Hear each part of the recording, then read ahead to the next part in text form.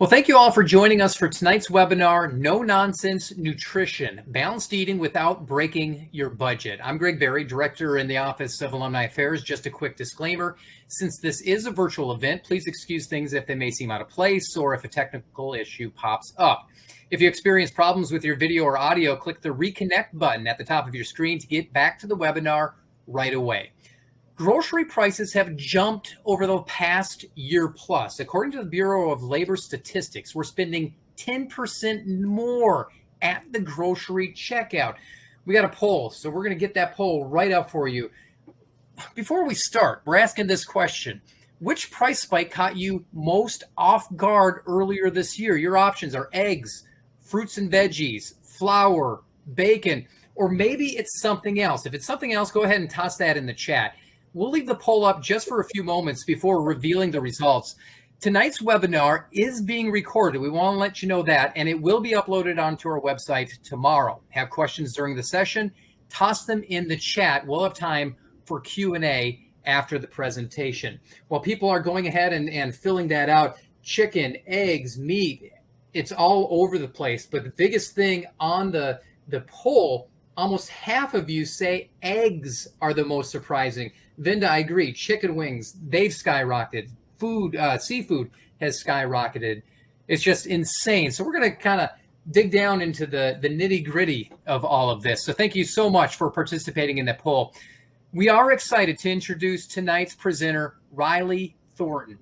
Riley is a registered dietitian and nutritionist and serves as UAB's Employee Wellness Manager. Riley has got her BS in Nutrition and Dietetics from Auburn in 2017 and her Master of Science in Nutrition Sciences from UAB last December, back in 2021. So at this point, I would like to say that this webinar is the first in a series of webinars focused on nutrition. Before ending tonight, we'll give you the dates and times of other virtual events. At this time, I would like to welcome Riley to our webinar series and turn the program over to her. Thank you so much for being here, and thank you so much for giving us your time tonight.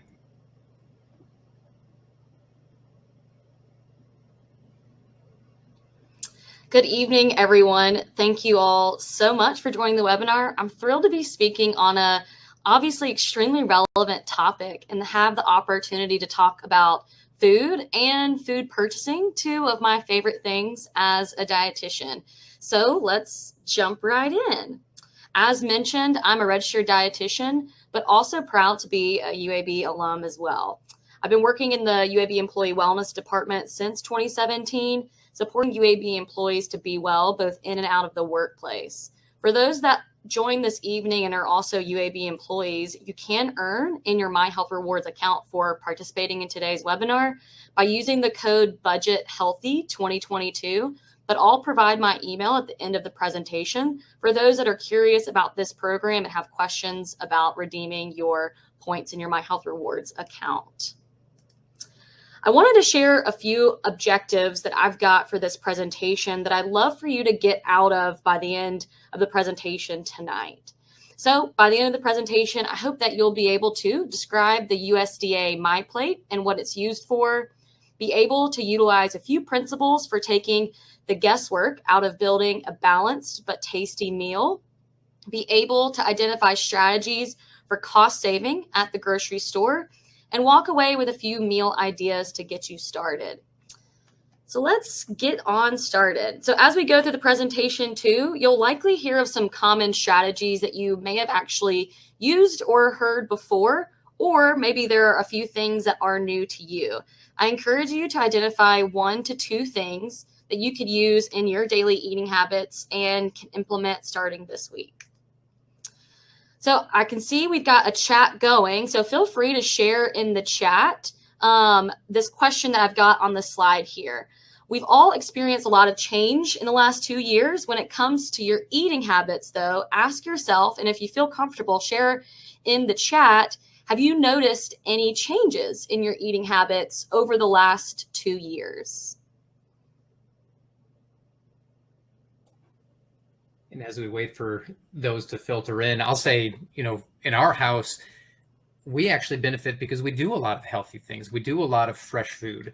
And I think you'll probably go and talk a little bit about that as we move forward.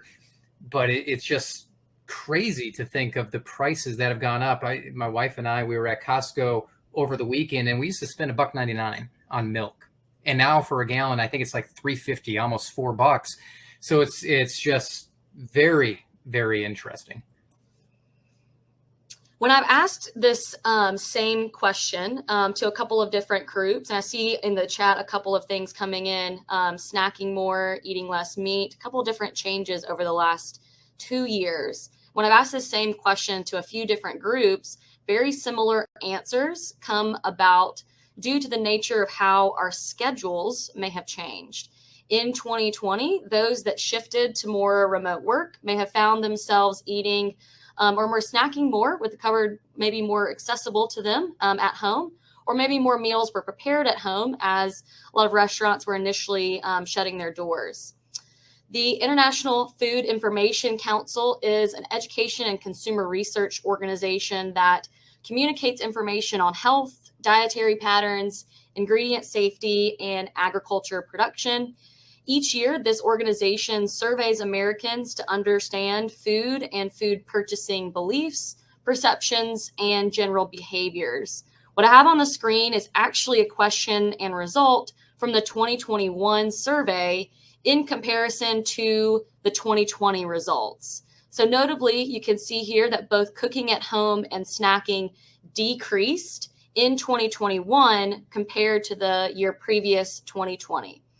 I bring this up just to show you that if you have noticed any changes at all, you aren't alone, and that these were at least 2 notable habits that changed in just 1 year. So I do have listed some 2022 recent results and reiterate what all of us have been thinking about over the last few months, which is the rising cost of some food products. From this survey, many noticed the rising costs from the year prior, with almost 60% of survey respondents noting a major increase in price. Again, I mentioned this before we really get started on how to combat some of these things and build a healthy meal without breaking our budget, but just to show how sometimes these outside forces may have an impact on what, when, where, how, and why we consume different foods. So from those 2022 results alone, there are a few things notably that I kind of wanted to point out, that when it comes to food purchasing, these perceived changes in purchasing were related to the increased price of particular items, feeling like one had to purchase less than usual of one item, utilizing more sales or coupons, or having to buy substitute products. I realize that what I've shared thus far is likely not anything new to you. If those 4 things may all have been things that you've tried within the last year. As signing up for even this webinar was indication enough that this topic was of interest to you, or perhaps you've experienced some of these outcomes mentioned in the last slide. So there may be forces that impact our eating or purchasing habits, but there are some principles I hope to provide you today that can take the guesswork out of building a balanced meal without it costing an arm and a leg.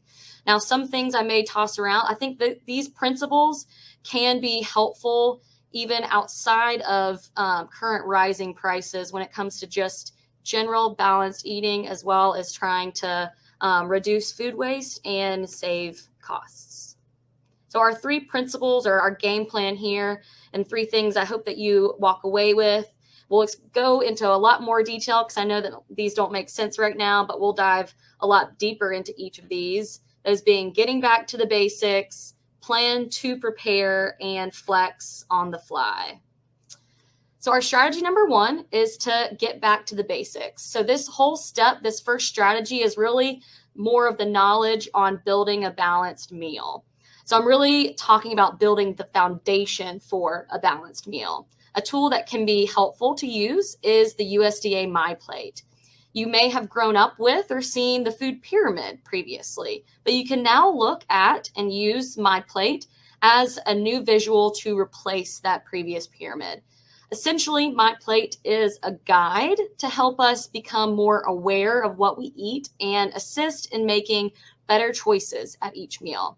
I say get back to the basics because My Plate is pretty basic looking itself. Each person's eating pattern is going to be extremely unique, depending on an individual's culture, nutrient needs, any potential allergies, or maybe even food intolerances or preferences, things that you like, things that you dislike. If you do have specific nutrient needs based on a chronic condition, I would encourage you to work with a registered dietitian and your physician to help tailor an eating pattern that meets those needs consistently. But as the basics, My Plate is a great way to start and a great tool to utilize in creating a balanced meal and eating pattern. So why use My Plate? Again, My Plate is used to help us visualize what a balanced meal may look like and may encourage the consumption of more nutrient-dense foods. We'll talk a little bit more specifically on nutrient-dense, but it looks basic because each of these food groups represents a variety of different foods that are grouped together specifically based on their nutrient profile, and each one of them plays a role in creating an overall balanced eating pattern. So each food group is essential and important in providing us vitamins, minerals, and other nutrients that support our health, especially when we get a variety of those different food groups. So more about nutrient-dense eating patterns. So there is a lot to take away when it comes to the basics. This gets a little bit more complicated, but a nutrient-dense food or beverage is exactly as it sounds. It contains nutrients like vitamins, minerals, or other health-promoting nutrients, and has limited added sugar, sodium, or saturated fat. Some examples of some nutrient-dense food would be vegetables, fruits, whole grains, seafood, lentils, and peas, low-fat dairy, unsalted nuts and seeds, eggs, lean protein, and poultry prepared with little to no added sugar, saturated fat, and sodium. That's to name a few. But of course, if you notice, some of those nutrient-dense foods are things that we've all noticed have risen in different costs. So we're going to take this kind of back to the basics framework and foundation and help us make choices that also are cost conscious. So it's a lot of benefits for eating more nutrient-dense food in our eating patterns, such as preventing different chronic conditions, strengthening bones and muscles, boosting immunity, and supporting regular digestion. And that's just to name a few benefits for eating more nutrient-dense foods.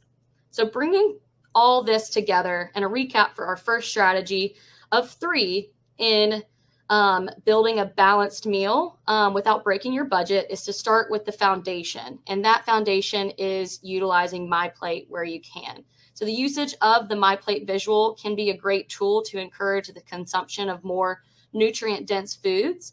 If you're new to My Plate or the thought of incorporating all 5 of those food groups in one meal seems intimidating, I encourage you to start with or try to aim for 3 out of 5 of those food groups.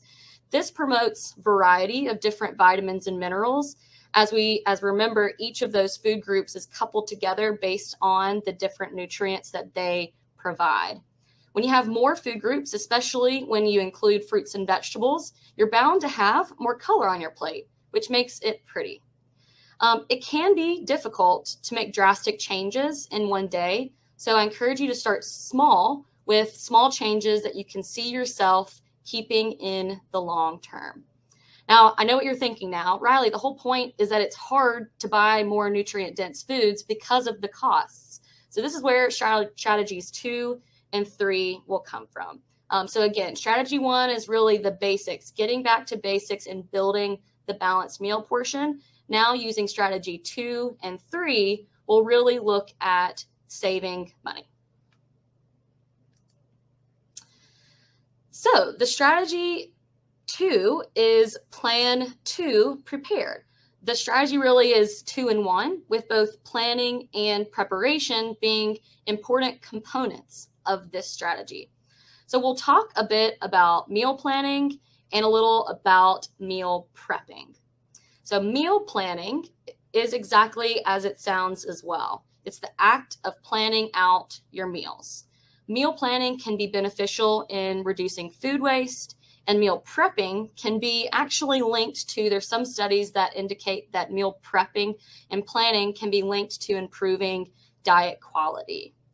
So planning and prepping may look like a few different tactics. And there are some things that you may have done in your household, as each individual household may have different things that work best based on the time and how many people you have in your household and different food preferences. So I encourage you to identify some planning or prepping tactics that work best for you and your family and your schedule or your eating pattern. So one of these examples is batch cooking. So this could look like batch or cooking full meals ahead of time and to consume later on for breakfast, lunch, or dinner. You may freeze some of these items, thaw them out, and you've got your full meal already prepared. Or maybe you make an entire meal and have leftovers for each of your lunch time areas.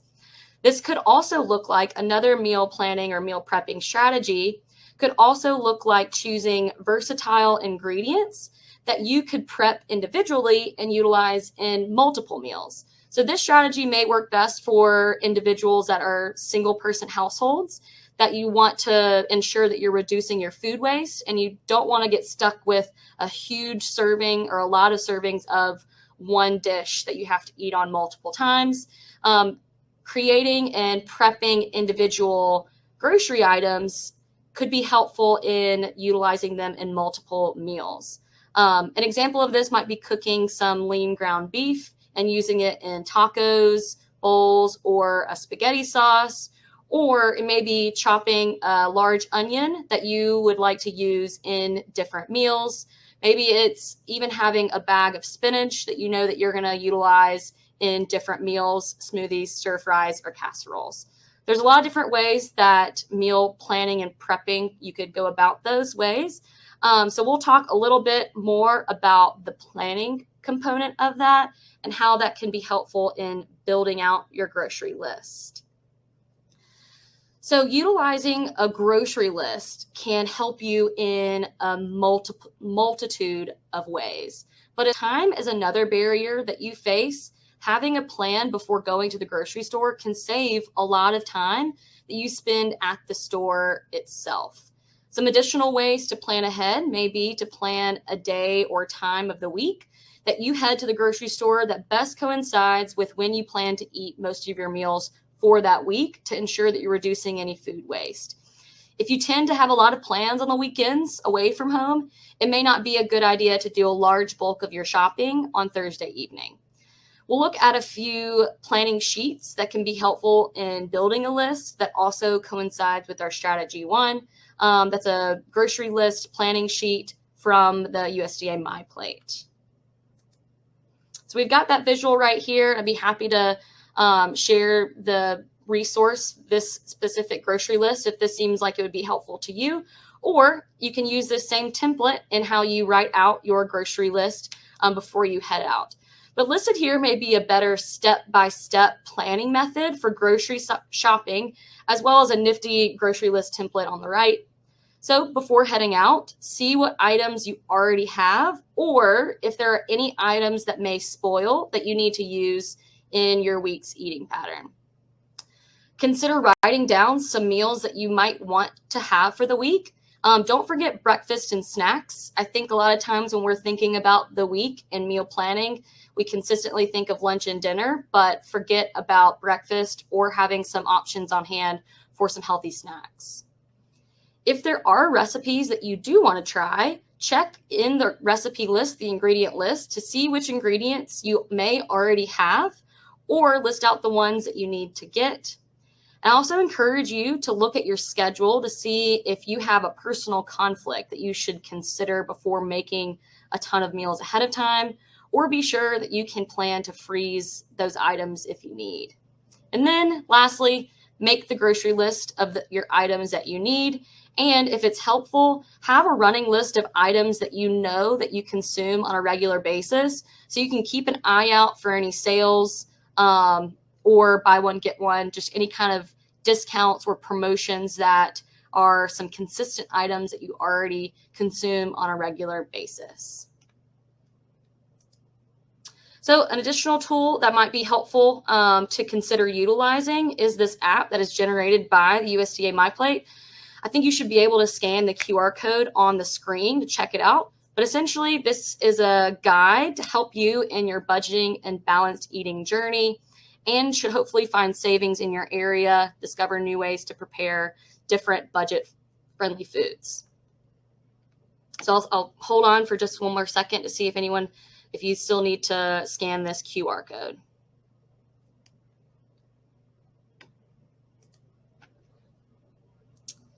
All right, those new to the meal planning or prepping journey may feel intimidated by the amount of work that appears when utilizing maybe even this picture on the screen can be intimidating. It's a little intimidating to me. Just the aesthetic, the Pinterest perfect aesthetic for meal prepping may seem intimidating. So I encourage you not to fall victim to an all or nothing mindset.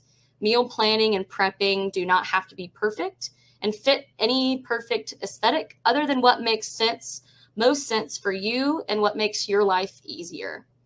Lastly, you can always, again, use your freezer. I use the term make the freezer your friend and freeze some items that you may not be able to prep or consume. Or for fruits and vegetables, try looking at the freezer section to see if some of those may be a better cost-conscious choice, as they're just as nutritionally dense as our fresh options. So coupling both strategy number 1 and number 2, the only caveat here is you can see the ingredient number 1, eggs. Lately, that's a high cost item. So, use this same strategy that we're using here, coupling strategy 1 and 2 with building a balanced meal and prepping, but maybe not this specific recipe depending on where you are in the current cost of eggs right now. But just the general concept itself, we've got on the screen a BYOBB, or build your own breakfast burritos, that I find to be great on busy mornings when I'm running out the door. If you're anything like me, I'm running out the door most of those mornings. So this includes whole grain tortillas, eggs, shredded cheese, black beans, and spinach. If you did want to create just a general lunch burrito, you could sub out your eggs and choose another lean protein instead of eggs. And you can do the same thing just for lunch or other dinner options. But we've got a different food groups here. And if you are wanting to create this specific recipe, you'll need to cook the eggs, obviously, ahead of time and assemble each of the burritos individually. But you can freeze for later grabbing on the go and reheat appropriately. You can see we have multiple food groups represented, and we planned ahead by making these ahead of time or gathering the ingredients from the store to make an easy breakfast. While meal planning and prepping are important and can help with cost saving, being flexible at the store can also help with additional cost savings on items that still serve the same purpose when it comes to our MyPlate diagram. I like to call this strategy flex on the fly, meaning being flexible at a moment's notice. Now that you know how to build and shop for a balanced meal, being flexible at the store can help with additional cost savings. So essentially, this means replacing higher cost items with lower cost items of the same MyPlate grouping. Some examples of this might be purchasing brown rice instead of quinoa, or on sale strawberries instead of blueberries, or depending on the protein that you're looking for, if you are looking for a meat protein, poultry versus pork, or vice versa. This could also look like getting the store brand version of some items. So if you're looking for oats, you see that the store brand of General Oats are cheaper than one of the name brand products. Try going for more store brand. But being flexible with some of those kind of staple items that you know that you'll consume, but that you want to get that same type of ingredient. I've listed a table of a few items and additional ideas for flexing on the fly below. While going in with a plan is important, and that was our strategy number 2, and I harped on it quite a bit, and we spent a long time talking about it, being flexible also with our options can support cost saving. So we've got a couple of different items here. Some of them I kind of already mentioned in that slide previously, but something that we'll talk about here in a little bit is using the unit price, and a way that we could do that is in our different dairy options and maybe even some of our grain and additional shelved items. So the last meal that I'll feature is this pasta salad with a few ingredients to give you an idea of where to start.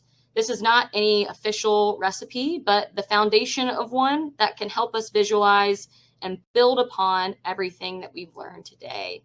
So we see almost all of the food groups represented in this pasta salad, totaling us to a little over $9, which may make up to 8 to 10 servings. Now compare this to if you were to go out to lunch, a $12 to $15 lunch, that you'd save quite a bit of money, as this makes a lot of different servings. So you're saving quite a bit.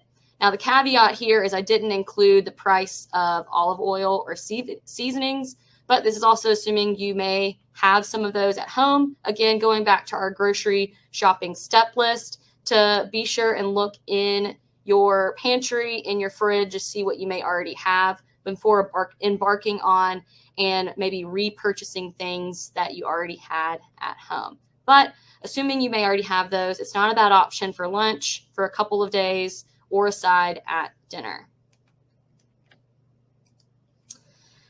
I very briefly mentioned this a few slides ago. One of the last tools we'll talk about in our flex on the fly strategy relates to price comparisons and utilizing the unit price at the store. We know it's important to be flexible when shopping for some items, but it can be confusing to know on which items we may be getting the best deal. A trick to use is the unit price, which is often listed on the shelf at the store. Take a look at which item costs less per ounce, pound, or quart to get the most bang out of your buck. This may also be choosing more bulk items than individual containers of different items, or looking at those different brands to see where you can get the best deal. Has anyone tried this unit price strategy prior or ever heard of utilizing the unit price? I see unit price is so key. Great. If not, it's a great strategy for kind of having a Price is Right price comparison moment while you're staying flexible on the fly. One way we can also flex on the fly is flexing on the fly our protein options.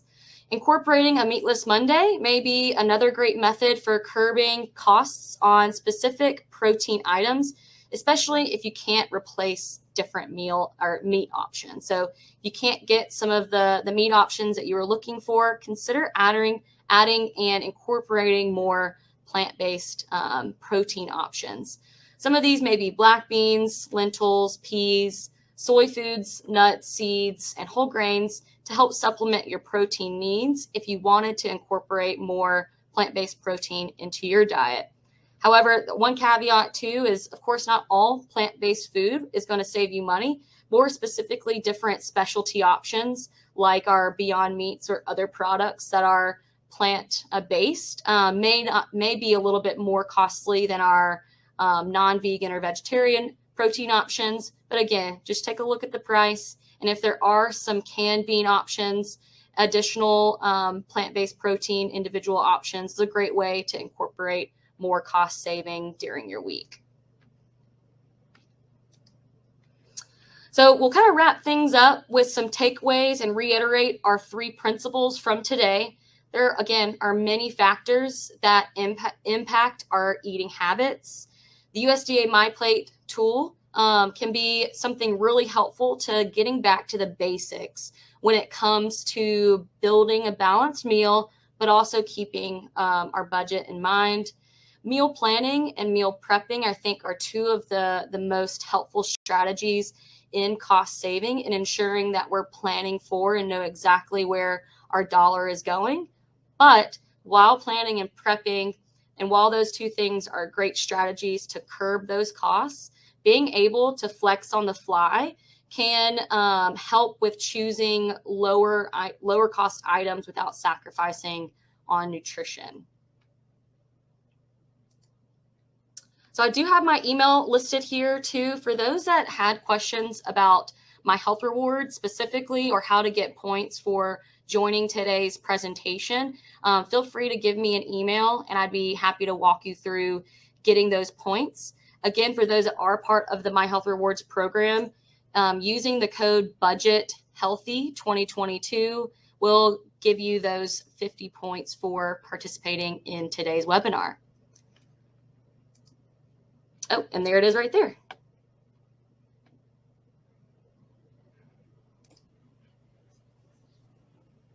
Fantastic information throughout tonight's presentation, and hopefully people are getting their minds going a little bit. And please drop questions in the chat. We have time for Q&A.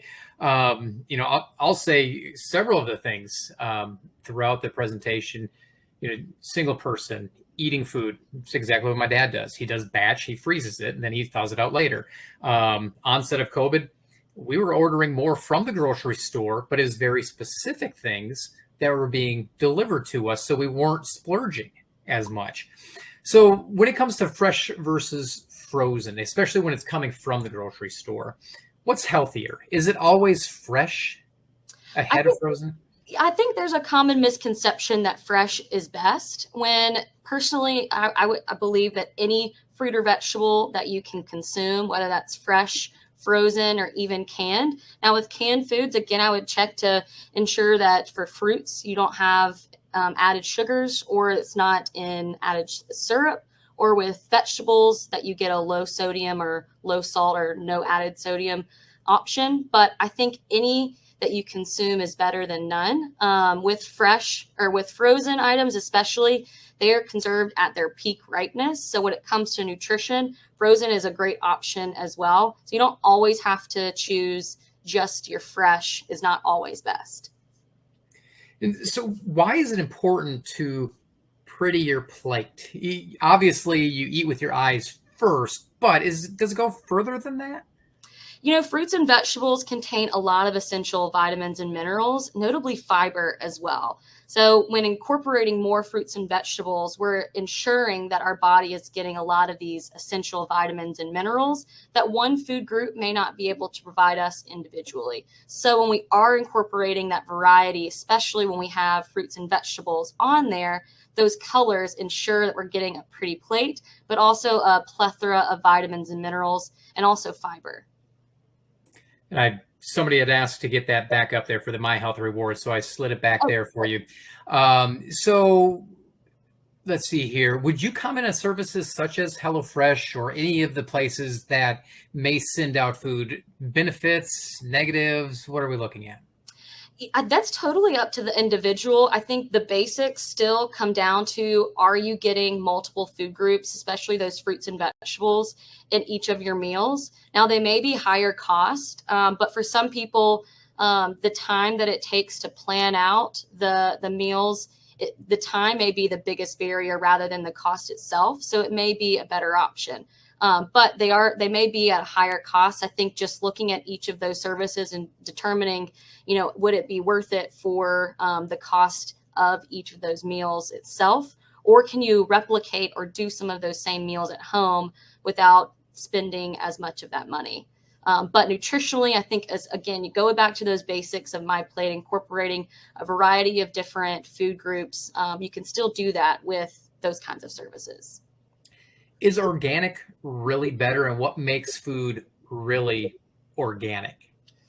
There's a specific classification that makes foods organic. Nutritionally, I don't have a preference for an individual to have one or the other. I think as long as individual is incorporating more fruits and vegetables, that's really the bottom line.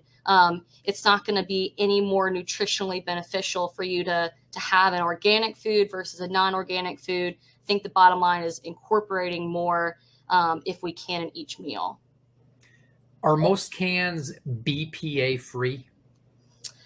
I would say most are, but look into all of the labels that are on each can itself and ensure that that you're familiar with what each of those labels may be. Some store-bought items may look a little bit different can-wise than some brand name. So be sure and look at each of those individually.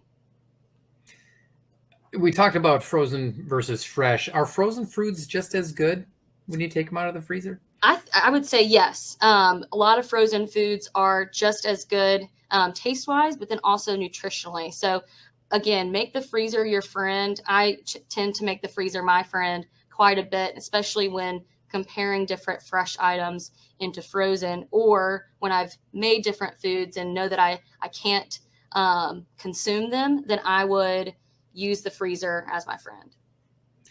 So it seems like canned goods and frozen foods are usually cheaper than fresh. Do you agree or disagree? Or can you find things that are comparable, or sometimes, fresh may be the way to go because it is cheaper? I think that you just need to look again while you're at the store and kind of do that comparison if you can. So there may be opportunities that a fresh item is on sale, that the frozen option or even the canned option may not be the best choice. Canned beans, I would say, are a great staple cost-wise, but then also when it's staying on your shelves to have on hand, just ensuring that you're getting a lower sodium or a no salt added option to kind of curb that sodium intake, or being sure to wash those canned items when you get them. Is bottled water worth the cost? And what is a good alternative to a cola drink? Two great questions. I think that some folks have a lot of preferences on water and the way that it tastes. I think the best way to save money when it comes to water intake is to get a reusable water bottle. Whether you've got a filtered water station at work or feel comfortable having water from home, I think that's a great way to save money, but then also reducing your plastic use. So I'm a big proponent of having a water bottle on hand. You may also find that you're drinking more water throughout the day if you have a water bottle on hand. When it comes to a good alternative to a cola drink, I'll have to think a little bit on that one. Water, I think, is always a great choice. When it comes to the flavor, some people have, water may be too plain. So adding some natural flavoring, whether that's some fresh fruits, fresh citrus fruits, having even some cucumber in your water is a great way to kind of naturally flavor different water. When it comes to like having something carbonated, maybe even a soda water or something to have a little bit of that carbonation could be an alternative. But I'll think some more about specifically cola. I think water is probably always one of the better choices. June said that she dropped Dr. Pepper addiction for bubbly, which I did several years ago. I do the flavored waters now, so I got away from that. So June, I hear you. I don't miss Diet Coke at all. So Riley, do you know of any specific books that are great about meal prepping? Any suggestions there? I can't think of any at the top of my mind. When it comes to looking at different recipe books that provide different nutrition information associated with, I would encourage you to find a cookbook or recipe book that is coming from a registered dietitian or has some nutrition information from a registered dietitian. The MyPlate resources online have a ton of different virtual resources online that you can utilize. The meal planning tip sheet that I had on the screen earlier, but they've got a ton of different recipes, meal prepping strategies, and then that app too. I haven't been able to go through all of the app as well, but it's a great choice to utilize when it comes to having something from a evidence-based resource. Fantastic questions, people. Keep them coming if you have them. So are sugar-free foods really free from sugar? I think it depends on the item itself. There are a lot of non-nutritive sweeteners and sugar alcohols, and some people have some negative reactions to the two of those things. While the food may be sugar-free, some folks may have some adverse reactions to those sugar alcohols and the non-nutritive sweeteners. So just take a look at what those things may be on the ingredient list. If it says there's no sugar added, it should be relatively sugar-free. They shouldn't have added sugar to it. But take a look at a good rule of thumb is to look at the nutrient facts and see what is all there. Another question coming in. This person freezes spinach to use later sometimes. Does that compromise the nutritive value? I don't think so. I do that quite a bit and would encourage anyone that's worried about food waste to ensure that they can utilize it later on. Just be sure that it's packaged in a way that it's not going to be exposed on its own, so that you've got it either in a sealed plastic bag. And then, of course, after a month or so, I don't know the exact time frame, I would just evaluate it and see, what it's kind of looking like. Fresh fruits and vegetables seem to spoil more quickly now. What suggestions do you have to preserving these fresh fruits and veggies? I'll need to find, there's a list. I think, I can't think of the top of my head. There are some fruits and vegetables that when they are ripening or going through the ripening process will expel a gas that may cause other fruits and vegetables to ripen at a quicker period of time. So if you have one really ripe banana, it may get all of your other bananas more brown more quickly. So there's different fruits and different vegetables that may do so, and then being sure that you store each fruit and vegetable in a more recommended area. So tomatoes in one area or your leafy greens in another. When you go to the grocery store, you may see some of those green bags. Some of those green bags may be helpful in helping with the produce freshness. But then there are other strategies too when you get each fruit or vegetable, when you get home, when you're kind of preparing it and storing it, that may help with keeping its freshness. So I think I've got a resource that I'd be happy to share with the group. Awesome. And I'll make sure I send that in a follow-up email to everybody that attended. Is it better to eat veggies and fruits first before everything else? I think there was a lot of, I wouldn't say a myth, but there was, some diet strategies and that you're supposed to eat certain foods with other foods during a certain mealtime. I would suggest, really it's up to you as long as you're getting the fruits and vegetables. I think that with Liquid IV and other similar brands, in today's topic too, consider the cost. It may be more costly to purchase some of those things. It may truly, double your hydration, but it's the manner in which the nutrients and Liquid IV gets to you. So I would always consider water, unless you're a extreme athlete and worried about dehydration. Consider just utilizing water, some flavored water, to best hydrate you. Along the same lines, what's your opinion of Crystal Light as a drink alternative? I think it's a great additional way to flavor your water. If it's going to help you increase your water consumption, then I have no problem with it. Again, I'm not sure of each of the brands that are out there when it comes to any added ingredients or added sugars. Just take a look at that, those nutrient facts to see what's in them. So this person says they're terrible freezing foods. Even if they do, they find that they quickly make something fresh. They'd rather quickly make something fresh rather than taking time to defrost and cook things. Do you have any resource or tips to get better at making the freezer your friend? I think with that, it's really starting small. If there's one ingredient that you think would make your life easier, so if you really like having onions on hand but hate dicing your onions, if you're like me and start tearing up each time that you dice your onions, but you're not sure, or if you are in an individual solo household and you're not using them for each of your meals, that's something that I will put in a plastic bag, and it will thaw a little bit quicker than maybe something like a meat or different poultry item. So if starting small still helps you save time in the long run, start with some of those items and don't beat yourself up. Make the freezer your friend. It's not supposed to be everybody's friend.